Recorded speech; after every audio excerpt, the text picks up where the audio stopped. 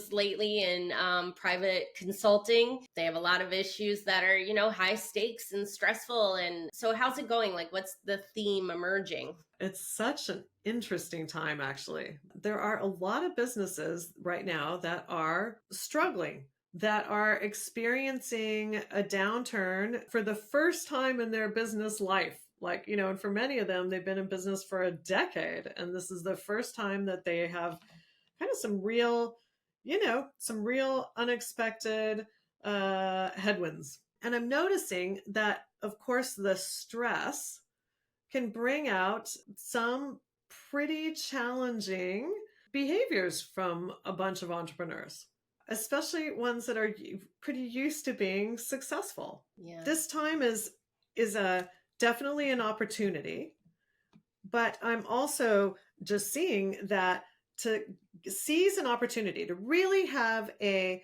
new future, a better future, to get through a time like this, a challenge like this, you actually really do need to partner with other people and team. Like these kinds of challenges, nobody can get through all by themselves. People need thinking partners. People need support in really understanding what's going on. Lots of people need outside advice. They got to really kind of look around and see what's changing and why. Nobody's an expert in everything. They really need to understand what's happening in their business from their team more than ever, because, an entrepreneur can't be everywhere at once.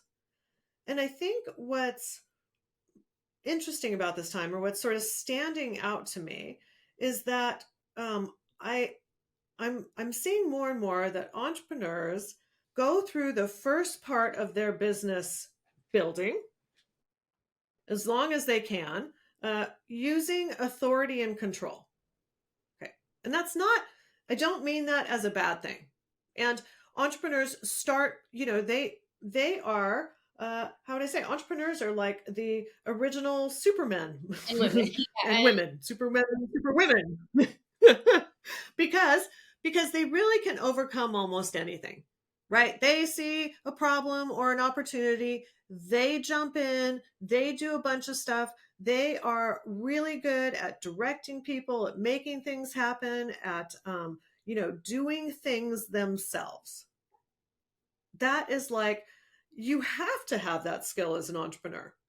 Otherwise, it's very, it'd be impossible to start what they've actually started and gotten going. So entrepreneurs know that they can trust themselves. I think of it as they really know they can trust themselves because they've done so much already and they haven't died.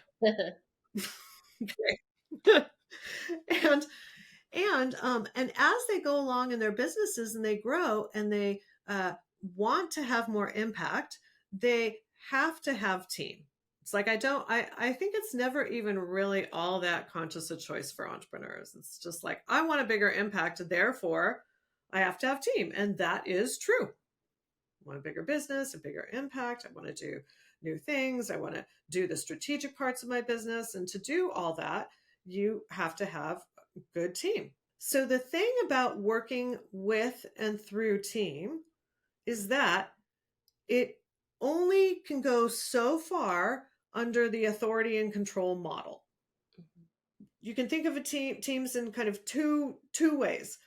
Teams that don't do any thinking, that don't have very much of a voice, and they're getting all the direction and decisions and plans and whatnot from the higher ups, because that's it's sort of a one-way authority and control down. Okay. Or you have the opposite kind of structure where you have a lot of information, a lot of voice input, etc., traveling up.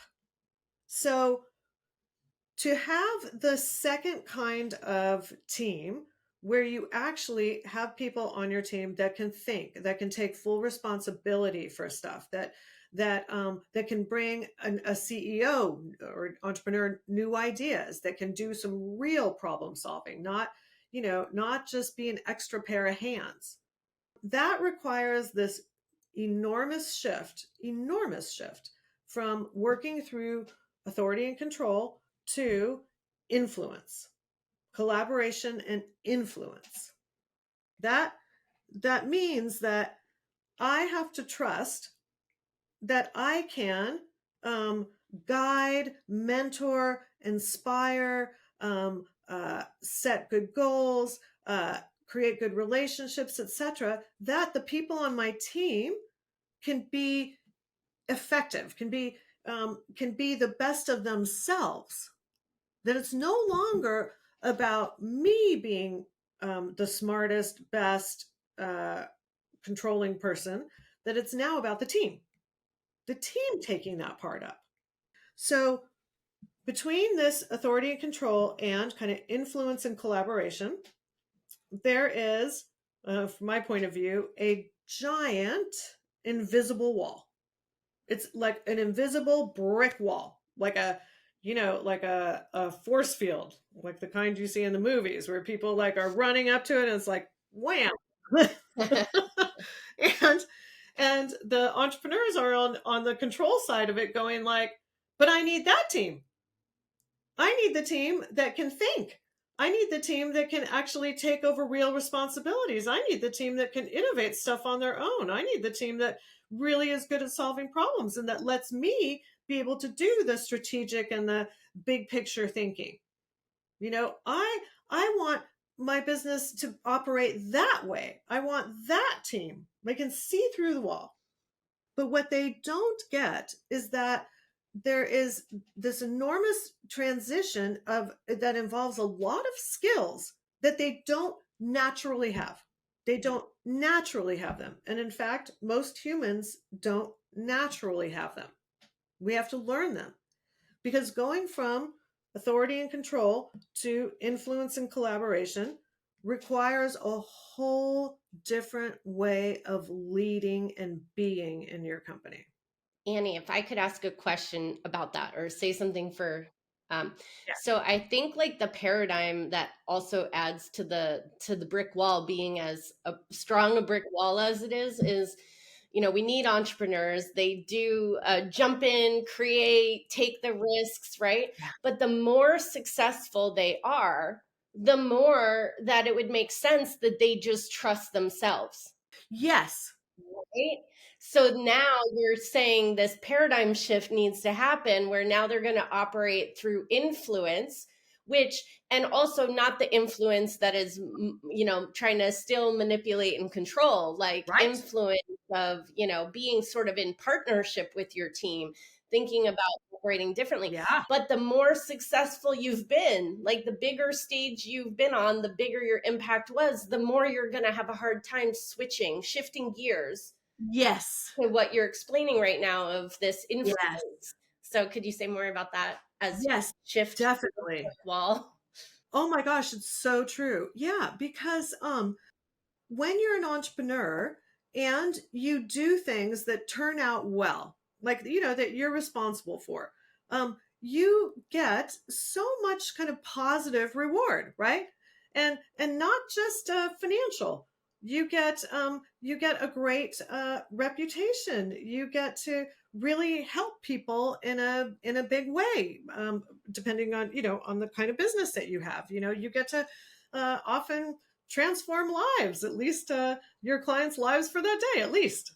So all of that stuff is amazing. It is very positively reinforcing for, well, if I just keep being the smartest, best one here, if I just keep doing this better and better, I'll just be more successful. And by the way, every time I try to teach somebody, there's nowhere near as good as me. They're just like not even close. And it even feels bad. It's like, if I have my team do something and work with the customer, it doesn't go all that well. It's like, I'm even embarrassed about that. Like it's risky. It's like entrepreneurs as they build their business and it gets bigger and stronger and more reputable. It's like they have something to lose by stepping back. And they really feel that. They really feel that. Um, the thing is like they're at that moment, what they don't realize though is that they are up against a wall.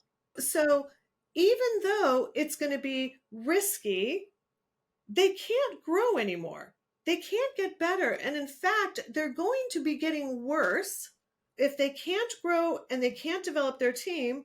Even the decent team that they have is going to start leaving because they want to get better. They want to contribute more.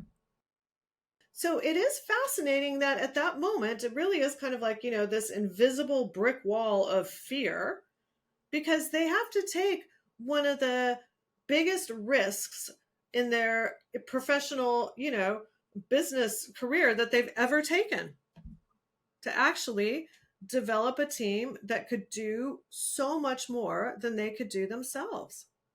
And that does require being willing to have all kinds of stuff not go well in the, in the in between stage, in the getting through it stage.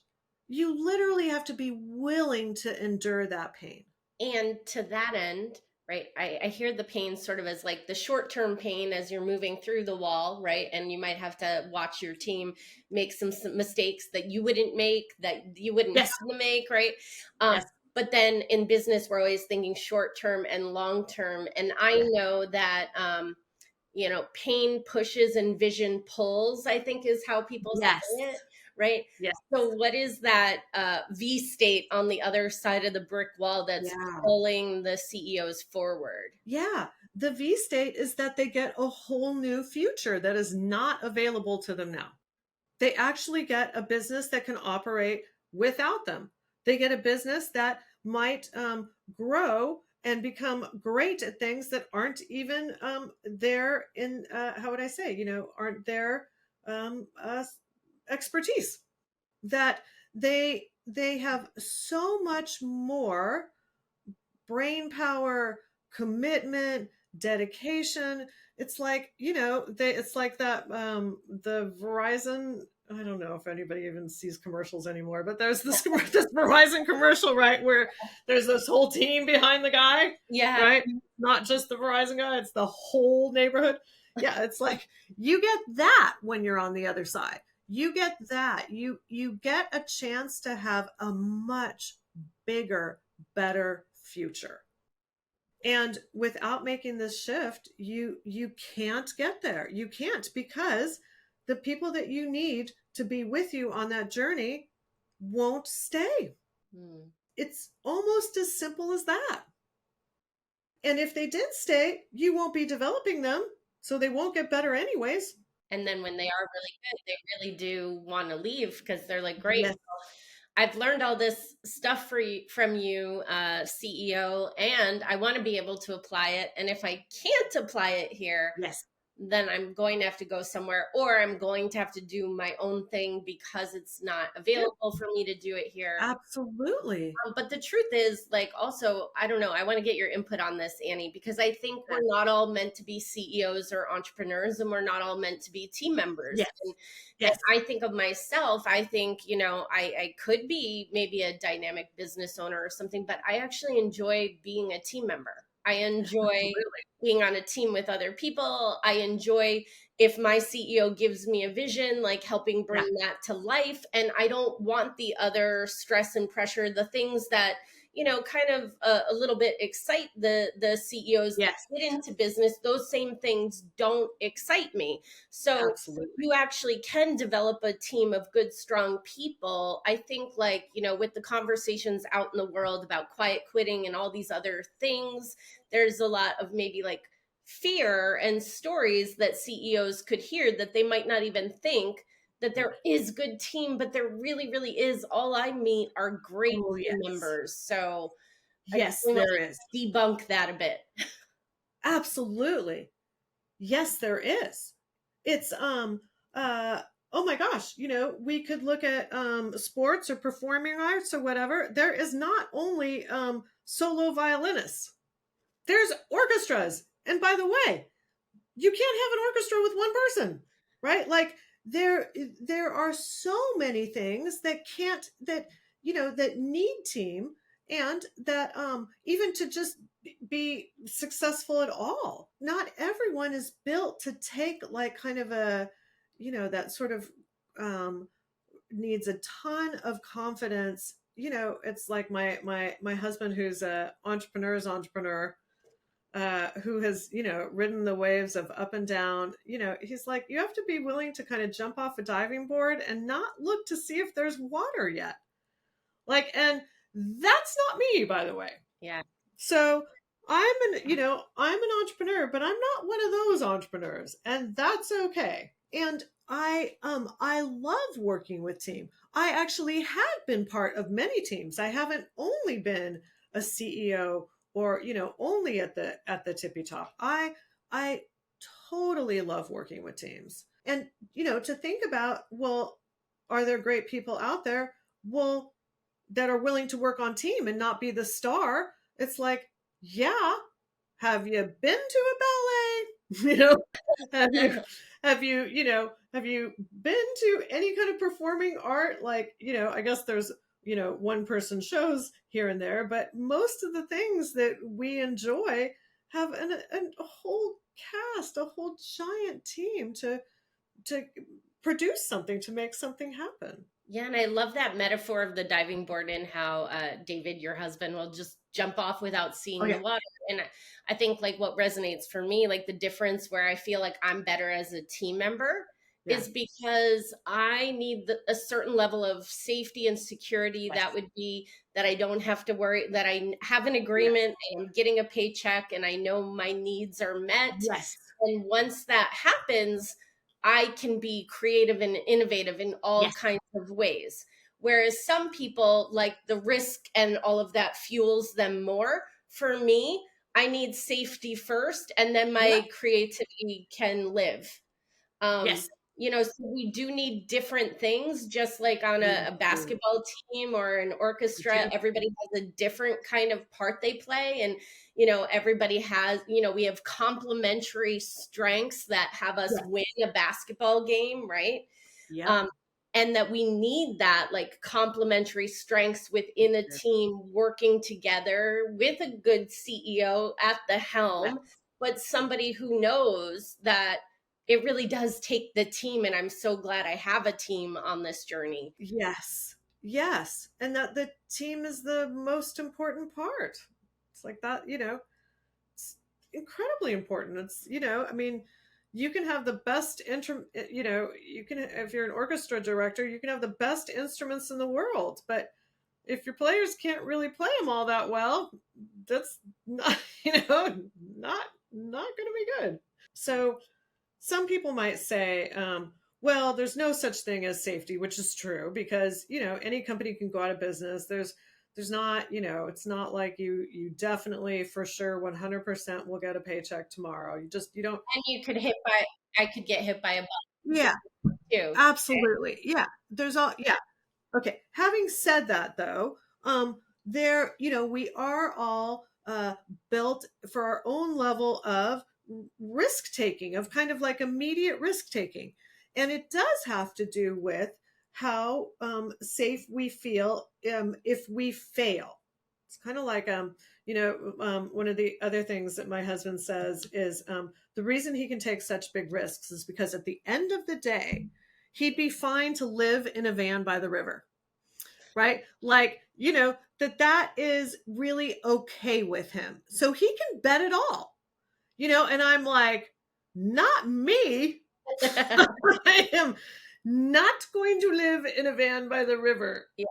I need my closet. I need a nice warm, big shower.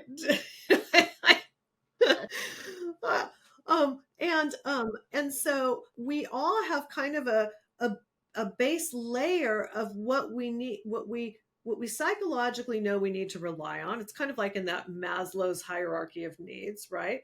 But each of us are a little different on it. David literally just needs a van roof over his head, and I need a lot more than that. And it's not until I feel reasonably secure in that part Yeah.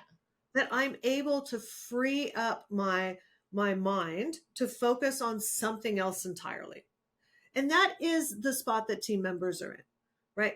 Got They're in a spot where they're like, okay, I know that part is covered plenty well enough. Now I can really give my attention, my focus, not have this anxiety running in the background. David, he never is thinking, well, if I take this big risk, I might actually wind up in that van. But I do. it. Right. So, you Yeah. know, I'm not a giant risk taker because I really don't want to live in that van. so so we're all a bit different, and what we're going for is that we get a team that has enough resilience, has their lives in a place with kind of enough security that they really can contribute and dedicate their thinking and their energy to what we're doing. Yes. Love Yeah. Yeah, we want that. And by the way, I'll just say kind of one last thing on this is one of the things that um, team members need to free from their minds is having to make the CEO okay. Because if I have a very emotionally reactive boss, CEO, entrepreneur, and I am, spending my day trying to figure out, how do I not upset this person? How do I, make sure that they're not going to, yell at me or criticize me in front of the whole team or be upset with me? How do I protect the rest of my team maybe from the CEO being upset at them? When I'm spending my time thinking about that, that is an enormous focus and energy drain.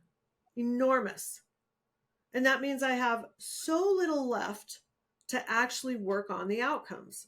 So it really is that CEOs, that entrepreneurs, that sometimes when they're being really reactive, that they don't understand how big the impact is. Mm-hmm. That the team on the other side of that wall is one that is can trust that the CEO is okay no matter what happens in the business, no matter the mistake, no matter if the thing turned out great or didn't turn out great.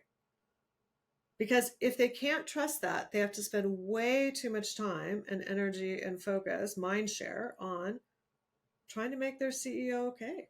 Yeah, Annie, and I could see a lot of conditions that would lead to, like, if I was concerned about that as a team member, then I might be making different suggestions or Absolutely. not bringing certain suggestions, right? Because I'm worried about the CEO as opposed to being more worried about the Exactly. bottom line for the business. So if I was, so that's what you want to more inform is the big outcomes for the business, Yeah. not the emotional state of the CEO today. Yes, I probably won't challenge their ideas. I probably won't ask them to, let's lay this out and talk about the details. I might say yes when I really mean no or maybe, you know, thinking, well, just, take the pressure off right now because this person can't handle me saying no. Mm. So, there's so much in that is it's tragic.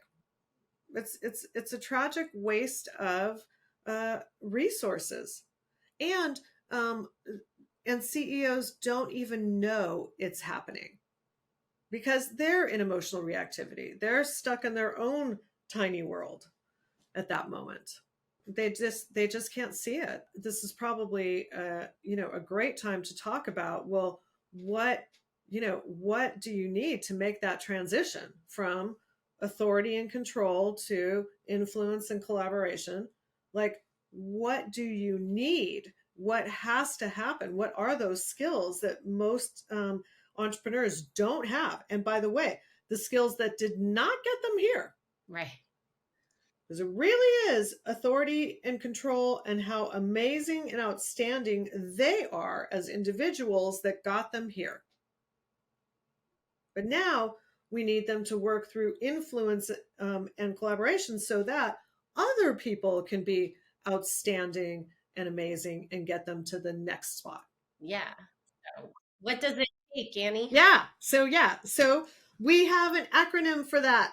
Um, and we call it SOAR.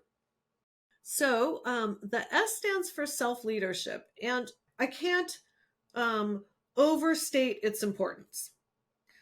Self leadership is all about not being driven, that your behavior, your thoughts, and your behaviors are not driven by your emotions. So, self leadership means that I can have emotions, but I can take independent action. I can think just fine and take the actions and think the thoughts that I want to think without being in emotional reactivity, right? That I'm not in emotional reactivity. And emotional reactivity is when you're thinking or behaving in ways that come from self protection. And I would say that it's like, we would think of it as our kind of fight, flight, freeze, please, all of those kinds of reactions that are hardwired. Self protective reactivity is hardwired. It takes almost no energy. Like we have this amygdala, it sits right on top of our brainstem. It's like our all of our senses bring in information. It gets on this super highway to the amygdala, and the amygdala makes a call without us thinking at all of, is this a threat or not? And it is hyper effective. it sees threats where there are none. It sees, potential threats that in today's day and age are not threats at all. I think that we were designed for a time where most of threats were physical. Now we're in a time where threats are psychological. So when you might be in a meeting and your boss rolls their eyes while you're talking, that your amygdala is going to tell, kind of put you into reactivity right away of like, that's a threat.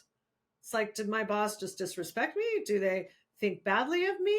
Are they, do they think I just gave a bad idea? Are they going to take me off this project? Are they going to fire me? Am I not in a good place here? So all of that kind of reactivity, things like blame, when we're in a place of blame, judgment, criticism, fear, anxiety, hiding, overwhelm, resistance, defensiveness, all of that is self-protective thoughts and behaviors. Self-protective. Okay. When we're in self-protection, we cannot think. We are not driving our behavior. Our amygdala is driving us. we are just reacting based on our emotions. And so we need to learn how to master regulating our emotions, how to get ourselves from self-protection back into self-leadership so that we can interact with people in positive thinking, effective ways. We have to have this. And it's the kind of thing that I wish we taught even more in preschool, in all throughout school, actually. Because we teach a little bit of kind of self-restraint of you don't hit people and and try to treat others as you want them to treat you. I know we do that, but we don't teach people how to handle emotions, and it's hard and we can't turn them off. It's not possible. So we need to get ourselves to a place where we can handle difficult emotions. We know what to do with them. They are not, they are not driving our behavior, And if we have a team that they don't drive our behavior to do things like say, that was the worst mistake I've ever seen. Or, from now on, you have to bring all that stuff to me because that was the dumbest mistake ever. Like we we need to be the kind of leaders that can think before we speak and really interact in a way that gives our team members the best chance of succeeding from here. And that is never going to be blame, judgment, criticism, defensiveness, etc. It's never going to be that. So we need to get this part down first. That's the first thing. The second piece of SOAR is the O, and it stands for outcome focus. If you've ever seen me speak, you'll know I am constantly talking about outcomes. What's the outcome? And the thing about business is that we come together to achieve outcomes. That's like the point of business. And so when we're working together as a team, that outcome focus is our destination. That those outcomes are what we're all going for together. It is the thing that we have in common. We all may be extremely different from each other and in every part of life except this, that we're both going for these business outcomes. And to keep that in mind and keep realigning to that, to do our thinking based on knowing what we're going for is game changing. And when we don't have that, it's almost impossible to stay out of conflict, problems, power struggles, etc. Because then we're focused on us as individuals being successful against each other instead of being with each other to achieve the bigger goal. So then the third part of the acronym, the A stands for agreements. And this is where I think that when I think of influence, I immediately think of agreements. Because when you're in a kind of a command and control and authority model, you're making demands. You're giving strong directions. You're telling people what they're going to do. Okay. In agreements, we work it out together. We know we have a goal and we're going to negotiate and really figure out what is the best thing for me to do to help contribute to this goal. What's the best thing for you to do? And if something changes, we're going to renegotiate. Because the whole point of agreements is that each of us can optimize for what we have going on. Each of us can be a thinking node in our business of like, hey, you know what? I'm a resource and I'm using some resources. And I really think that if I did it this way, that would be better for all of us. And then the CEO doesn't have to think of that. It's game changing. And we need people to be able to make agreements they're confident they can keep. Because if they're getting a bunch of demands, that puts them in a place of, well, if I don't have a say in how this is going to happen, I'm going to disappoint you and I won't have any ability to not do that. It's like we need to work together through agreements. It's game changing, just game changing. And then the last of the SOAR acronym is the R, and it stands for relationships. And relationships in business are fascinating to me because what we're going for in these relationships is that they're secure. So what I mean by that is not that,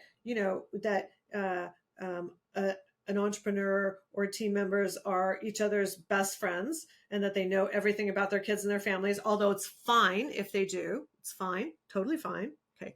But what we're really going for is that on the team that we all trust each other to have each other's backs, that we trust that my teammate, when they make decisions when they go to take actions, that they won't do so without thinking about how it impacts me. That they won't do things only in their self-interest that hurts my ability to contribute to the outcome, to do the parts that I've agreed to do.